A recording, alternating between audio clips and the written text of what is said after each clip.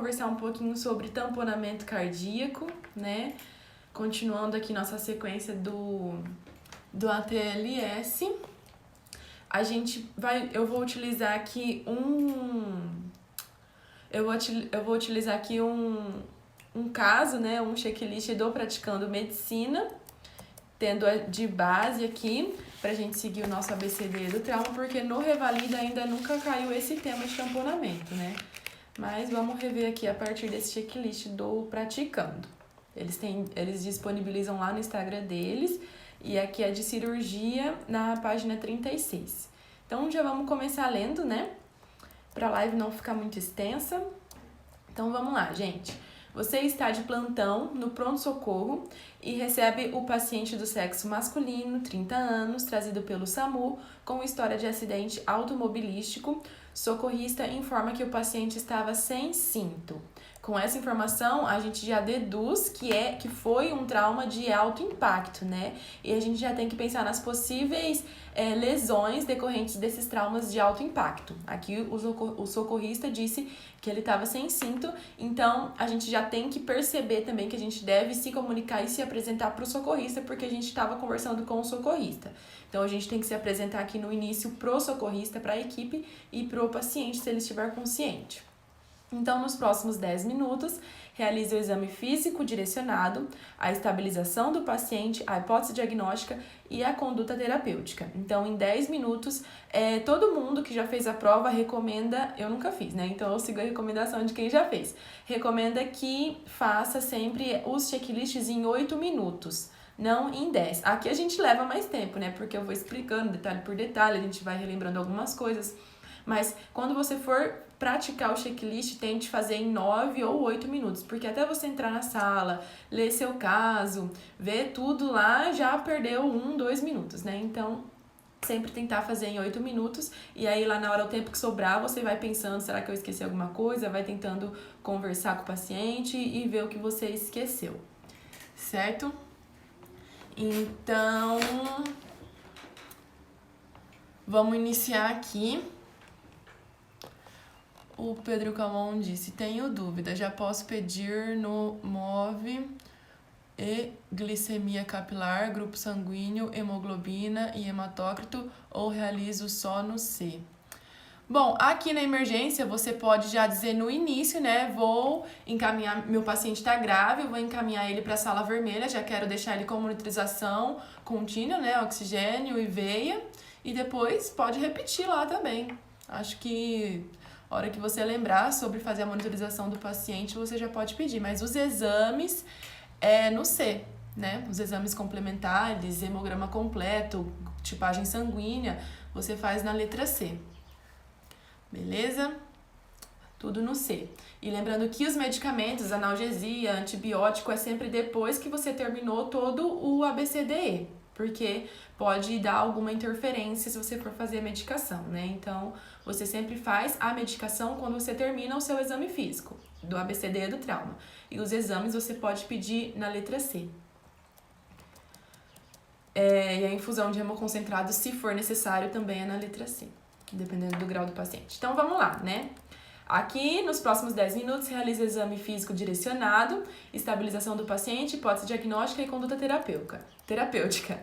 Então, vamos iniciar, né, com o acolhimento, com a nossa apresentação. Bom dia, eu sou a doutora Laís, vai falar seu nome, sou a doutora responsável aqui nessa unidade, né, a gente tá no pronto-socorro, sou a doutora responsável aqui nesse pronto-socorro.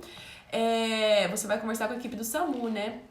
Então, aqui no ATLS já é importante você dizer no início também, eu já quero, depois que você se apresenta, você já fala, eu quero me paramentar com óculos, máscara, luvas, avental, gorro, já fala tudo no início, porque você já vai entrar em contato com o paciente, supostamente, lá, né, no início, logo do seu atendimento.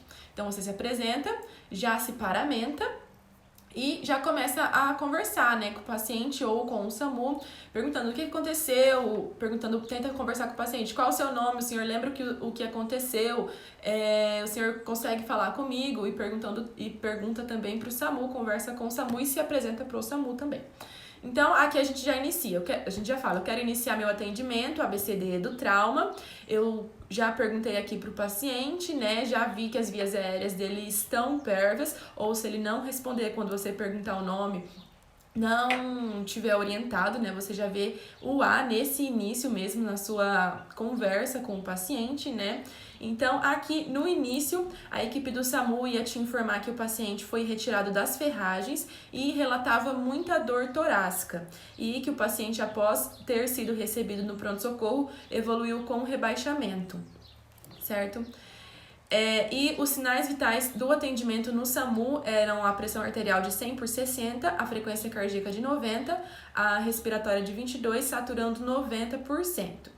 Então, a gente pediria a letra A, né? Eu quero avaliar se as vias aéreas do meu paciente estão pérvias. Eu já quero pedir um colar cervical, quero fazer a inspeção da região cervical também. Quero solicitar uma prancha rígida. E quando você pedisse isso, né, eles iam te entregar rebaixado, com dificuldade respiratória, as vias aéreas estão pérvias, com colar cervical em prancha rígida, região cervical com turgência jugular esquerda, pulso débil e filiforme. Então, aqui, como ele estava rebaixado com as vias aéreas pérvias, a gente pode solicitar uma máscara, e saturando baixo, né, a gente pode solicitar uma máscara de oxigênio, né, de 10 a 12 litros. Então, estaria tudo bem aqui, né, colar, prancha, inspeção cervical, aqui ele estava com turgência jugular esquerda, e o oxigênio a gente já ia para a letra B. Então, agora, você tem que ir falando, né, agora eu quero avaliar a respiração do meu paciente, eu quero a saturação, a frequência respiratória, quero fazer a inspeção, palpação, percussão e ausculta do tórax e da região cardiovascular, né, nos focos cardiovasculares. E aqui a informação que ele daria era que a inspeção, a ausculta, a palpação, a percussão torácica não tinha alterações. O paciente estava com 89% saturando depois que você colocou a máscara de oxigênio nele. A frequência respiratória estava em 11. E na ausculta cardíaca tinha hipofonese de bulhas na entrada. Já na entrada e aqui na inspeção da região cardiovascular, o paciente já estaria com hipofonese de bulhas. Aqui, um paciente saturando baixo, com hipofonese de bulhas, com turgência jugular, a gente já tem que pensar na hora em tamponamento cardíaco, certo? Lembrar da tríade de Beck, né? Hipotensão, êxtase jugular e abafamento de bulhas, e geralmente é decorrente de um trauma de alto impacto, que provavelmente foi o caso desse paciente aqui, que ele estava sem cinto, né, e que foi retirado de ferragens, então provavelmente foi um trauma de alto impacto.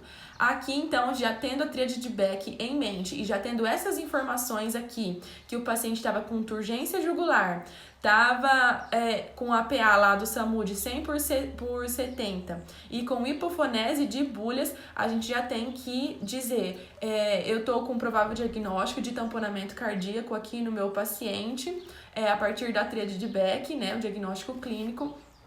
Eu quero realizar agora a pericardiocentese, que é um procedimento de alívio, né, para já tentar estabilizar o meu paciente. Depois que você solicitasse a pericardiocentese, você tem que fazer a reavaliação do paciente, né, dos sinais vitais do paciente, pedir lá para eles, e depois da pericardiocentese o paciente se apresentava com 92 de saturação, então houve uma melhora. A ausculta cardíaca estava regular, com batimentos normofonéticos em 2 tempos, e a frequência cardíaca estava com 78 BPM após a pericardiocentese, e antes estava indetectável, esqueci de falar que estava indetectável.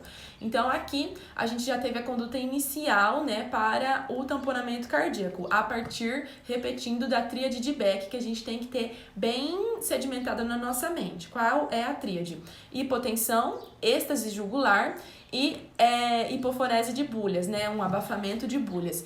E isso a gente já vê até a letra B do ABCDE do trauma, né? Na letra B a gente já faz a ausculta e a inspeção, né, cardíaca, e já tem a inspeção também da região cervical, a gente já consegue fazer esse diagnóstico. Se a gente ainda não tiver pressão arterial, a gente já pode pedir todos os sinais vitais aqui logo na letra B, para a gente já conseguir realizar o diagnóstico, né? Se até aqui na letra B a gente ainda não conseguiu realizar o diagnóstico de tamponamento cardíaco, a gente também vai conseguir realizar na letra C. Vamos conversar um pouquinho agora, né? Se a gente já realizou a pericardiocentese no B, os parâmetros se estabilizaram, né? A gente tem que verbalizar os parâmetros do meu paciente da letra B estão estáveis. Agora eu quero ir para a letra C, do ABCDE do trauma. Eu quero fazer uma monitorização contínua do meu paciente, quero ver a pressão arterial, a frequência cardíaca do meu paciente, quero fazer 2 acessos calibrosos, né, venosos periféricos,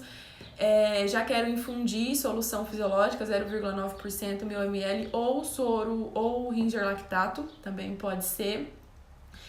E aqui a gente já pode classificar o paciente se ele estiver com algum grau de choque, né? E pedir a inspeção, ausculta, percussão e palpação abdominal, fazer o exame, a palpação e percussão, ou a palpação e a inspeção da região pélvica, né? Ver se tem crepitações, ver se tem sinais de fratura, fazer o toque retal, ver se tem sangramento no reto do paciente, né? E depois que a gente solicitasse tudo isso, eles iam te entregar a inspeção abdominal sem alterações, a ausculta, os ruídos estavam normais, na palpação abdominal ele estava doloroso, sem sinais de irritação peritoneal. Na percussão estava sem alterações, a pelve estável sem fraturas, mas a PA do paciente estava 70/50. Na entrada, né? Aqui tá com os valores errados, eu acho. Porque ali na PA do SAMU tava 100/70 e agora aqui na entrada tá escrito que tava 70/50. Tá errado aqui nessa estação, mas enfim, ele tava hipotêncio. Depois do acesso venoso calibroso que a gente fez, estava 100/80, então houve uma melhora, né, da hipotensão do nosso paciente, do choque do nosso paciente. Sempre lembrar que a gente tem que realizar a infusão dos cristalóides aquecido. Aqui também a gente já pode pedir a temperatura, se a gente lembrar, ou também a gente pode pedir no E, e colher os exames, como a gente disse lá no início, né? Hemograma completo, a gente deve pedir tipagem sanguínea com prova cruzada, se ele tiver num choque grau 3, se tiver num choque grau 4, a gente já tem que fazer a infusão de hemoconcentrados no paciente, né? Sem prova cruzada, porque já é um choque muito grande, já tem que fazer o ácido tranexâmico também se for no choque grau 4, mas aqui o nosso paciente já teve uma melhora com a infusão de cristalóide, então a gente só pedir a reserva dos hemoconcentrados, a gente não precisaria realmente fazer a infusão nesse momento aqui.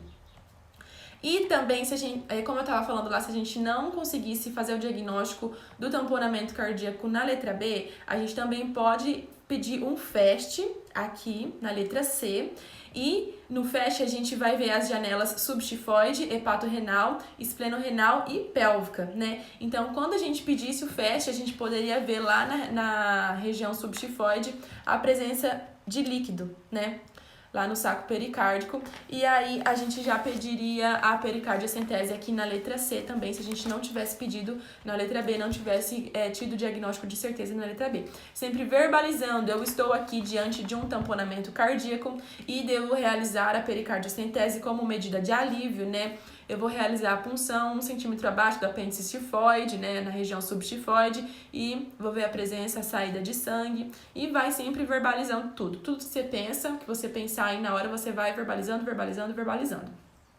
E só repetindo o FAST, a gente também pode fazer o diagnóstico de tamponamento, né, de líquido no saco pericárdio, se a gente não tiver conseguido fazer o diagnóstico clínico ou tiver com uma dúvida diagnóstica ainda, né, a partir da tríade lá do tamponamento cardíaco, a gente também pode pedir um FAST na janela subtifoide, certo?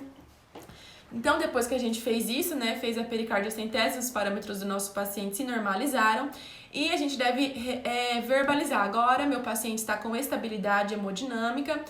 Se for necessário, você também pode solicitar uma sonda aqui, né, uma sonda nasogástrica ou vesical, depois de excluir as contraindicações, sempre. Verbalizar a classificação do choque do seu paciente, né, se o paciente tiver com hipotensão, com aumento da frequência cardíaca, você já classifica o choque dele, né, choque grau 3. Se tiver com mais 140 da frequência cardíaca, né, se tiver confuso, letárgico, você já classifica como um choque grau 4 e sempre verbaliza o que você tá pensando, né? O seu passo a passo lá na hora do atendimento do ABCD do trauma.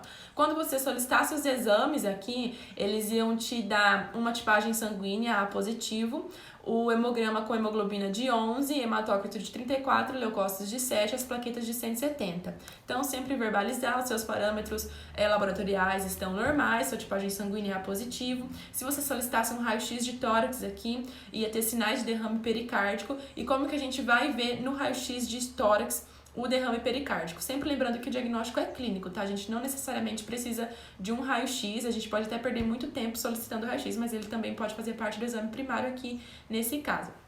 Então, no raio-x ia ter um coraçãozão lá, uma área cardíaca bem grande, que seriam os sinais de derrame do derrame pericárdico, junto com a clínica, né, com a tríade de Beck. E outros sinais que você também pode encontrar aqui é um pulso paradoxal, que faz parte do tamponamento cardíaco, e também um sinal de Kussmaul. E o que é esse pulso paradoxal? É uma queda de 10 milímetros da pressão sistólica quando o paciente realiza a inspiração. Então, quando ele inspira, cai a PA em 10 milímetros sistólica. Ou o sinal de Kussmaul, que é um aumento da pressão da jugular do paciente quando ele inspira também. Então, ele vai inspirar, vai aumentar aqui a jugular dele, vai realmente aparecer assim a jugular. Aí ele inspira, desaparece, ele expira, desaparece, ele inspira de novo, aparece de novo. Então isso é o sinal de Kussmaul, tá? Então isso também são achados do tamponamento cardíaco que a gente pode pesquisar rapidamente e que a gente pode pedir lá na hora do ABCD do trauma também. Eu quero pesquisar sinal de Kussmaul, quero ver se o paciente está com pulso paradoxal, quero ver a pressão arterial dele, né? Se a gente lembrar, pode ser solicitado, mas isso não constava aqui no checklist, tá? Eu só tô falando aqui mesmo pra gente ter em mente, saber que existe, saber que faz parte desse atendimento que a gente pode encontrar no tamponamento cardíaco. Então, estabilizamos o paciente e aí verbalizamos, né? Meu paciente se encontra estável hemodinamicamente. Agora eu quero, depois que eu avaliei a pelve também, né? Fiz o toque, agora eu quero ir pro D do ABCD do trauma, quero avaliar a escala de coma de Glasgow do meu paciente, ver se as pupilas estão isocóricas e fotorreativas. Aqui eles iam dar abertura ocular ao chamado, a resposta verbal com palavras inapropriadas, a resposta motora, ele estava localizando a dor e as pupilas estavam isocóricas e fotorreagentes. Então, aqui, né, avaliando o Glasgow do paciente, a resposta ocular espontânea, 4 pontos, ao comando verbal, 3 pontos, à pressão, ao estímulo doloroso, 2 pontos e sem resposta, 1 ponto. Aqui ele estava ao chamado, então tem 3 pontos. A resposta verbal vale 5. Se ele está orientado, 5 pontos, desorientado, 4 pontos, falando só palavras, né, inapropriadas, 3 pontos, só sons, 2 pontos, nenhuma resposta, 1 ponto. E a motora vale 6 pontos, né? A resposta ao comando, se você falar para ele fazer alguma coisa, ele fazer 6 pontos. A resposta, quando ele localiza a dor, é 5 pontos. Quando ele tem uma flexão normal, é 4 pontos. Uma flexão anormal é 3 pontos. Uma extensão anormal é 2 pontos e sem resposta é 1 ponto. Então, aqui o Glasgow do paciente era 11, né? Ao chamado, 3 pontos. Palavras inapropriadas, 3 pontos. E localizador, 5 pontos. A gente conclui que o Glasgow dele estava 11, desculpa, e a gente já pode ir para a letra E do ABCD do trauma, certo? Depois que a gente já avaliou o Glasgow e as pupilas dele. Pupilas isocóricas e fotorreagentes, estava aqui.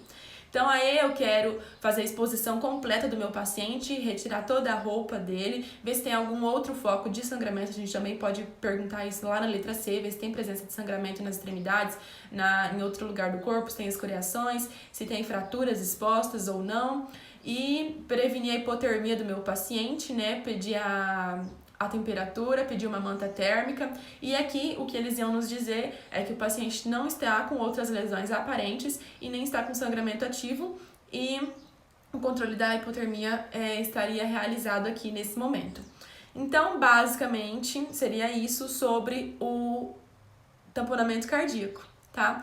Fizemos aqui o ABCD do trauma. Sempre lembrar onde a gente tá. A gente tá aqui numa unidade de pronto atendimento, né? Deixa eu só confirmar aqui que eu sempre esqueço onde eu tô. A gente está no pronto-socorro. Então, a gente tem que encaminhar nosso paciente, né, para um nível terciário, para uma avaliação com um cirurgião. Isso é sempre importante. A gente tem que solicitar o SAMU ou pedir para a ambulância lá do nosso local enviar para um hospital terciário depois que a gente realizar a estabilização do paciente, né? E no centro cirúrgico ele vai realizar o procedimento definitivo, certo? Que é a toracotomia. A pericardiocentese é o procedimento de alívio para realizar a estabilização momentânea lá do paciente, né? Não deixar ele morrer. E a toracotomia, que é onde a gente vai encaminhar para uma avaliação cirúrgica para um hospital de nível terciário, é onde vai realizar o procedimento ou o tratamento definitivo do paciente. Belezinha? Então vamos ler agora o checklist rapidamente aqui, né? Número 1, apresentou-se cordialmente à equipe do SAMU e paciente e indicou atendimento com questionamentos abertos. Sim, realizamos o nosso acolhimento, nos apresentamos para o SAMU, nos apresentamos para o paciente, perguntamos o que ocorreu, qual o nome dele ao mesmo momento, né? Nesse mesmo momento que a gente pergunta, a gente já avaliou se as vias estão pérvias ou não, né? Já vimos que ele está com dificuldade respiratória, já solicitamos a monitorização contínua, mandamos ele para a sala vermelha e já pedimos oxigênio com máscara, né, 10 a 12 litros e já colocamos o nosso EPI também antes de fazer isso, certo? Então, o 1 e o 2 a gente fez certinho. O 3, avalia a via aérea do paciente, definindo turgência jugular, revisando colar cervical e prancha rígida, pedimos, né? Também faz parte do A. O 4, realiza exame do tórax com inspeção, palpação, percussão e ausculta, colocando oxigênio a 10 litros por minuto com máscara, a gente já fez isso no A. O 5, identifica na ausculta cardíaca hipofonese de Bullies e solicita a pressão arterial do paciente. Então, aqui, pra gente fechar a tríade, né, a gente já poderia solicitar a pressão arterial lá na letra B. Não necessariamente a gente precisaria chegar na letra C para solicitar a frequência cardíaca, a pressão arterial, da letra C. Então, aqui, a gente já ia ter visto a turgência no nosso exame cervical, na nossa inspeção cervical. A gente já ia ver que tá tendo abafamento de bulhas na letra B, na nossa ausculta cardíaca, né? Na nossa ausculta cardiopulmonar, a gente já ia ver lá que tá com abafamento de bulhas. Então, a gente já pedia a pressão arterial pra gente fechar a tríade aqui do tamponamento cardíaco e já fazer o diagnóstico e já pedir a pericardiocentese aqui, certo? Então, 5, perfeito. Letra 6, ó, doida. Número 6, dar diagnóstico de tamponamento cardíaco sem necessidade de exame complementar, como a gente já conversou. O diagnóstico é clínico e a gente tem que ter a medida de alívio já para estabilizar o paciente e sempre verbalizar. Eu estou vendo que o senhor está com um tamponamento cardíaco. Você fala o seu diagnóstico, né?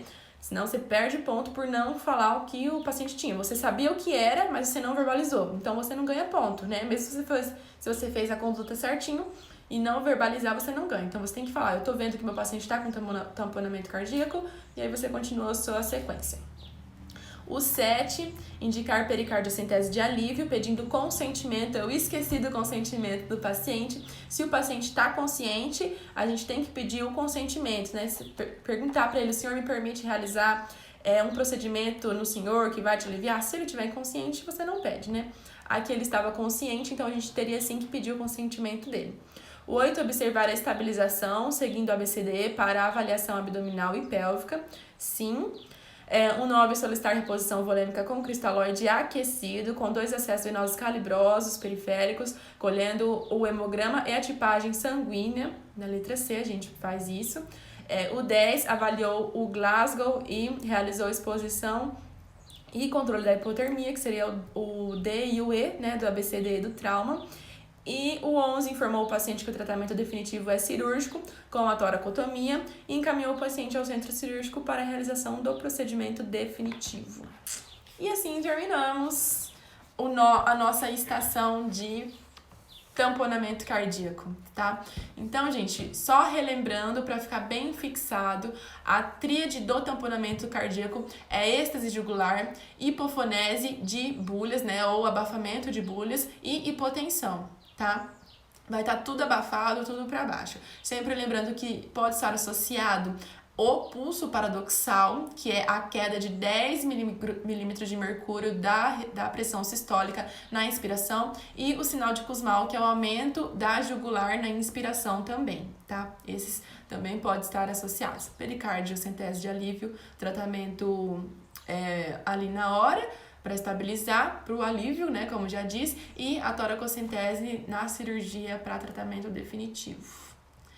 E é isso. Se a gente fazer assim, a gente pontua tudo. Esse checklist aqui a gente ia tirar uma nota bem alta se a gente conseguisse seguir esse passo a passo dessa maneira. E sobre esse tema é isso. À tarde a gente pode conversar de trauma abdominal agora. Acho que a gente já falou os mais frequentes em relação à região torácica, né? Também faltou só um tórax instável a gente comentar, mas a gente pode falar em outra live. Então, à tarde a gente fala de abdominal fechado e aberto e trauma de pelvis. E amanhã a gente pode falar de trauma crânioencefálico para a gente fechar toda a sequência do ATLS de possíveis temas que podem ser cobrados no Revalida, tá? Tchauzinho, fiquem com Deus. Qualquer coisa me mandem mensagem. Se quiserem material, tem ali no drive do meu perfil, ou me manda mensagem também que eu envio para vocês o que eu tiver disponível, tá? Tchau!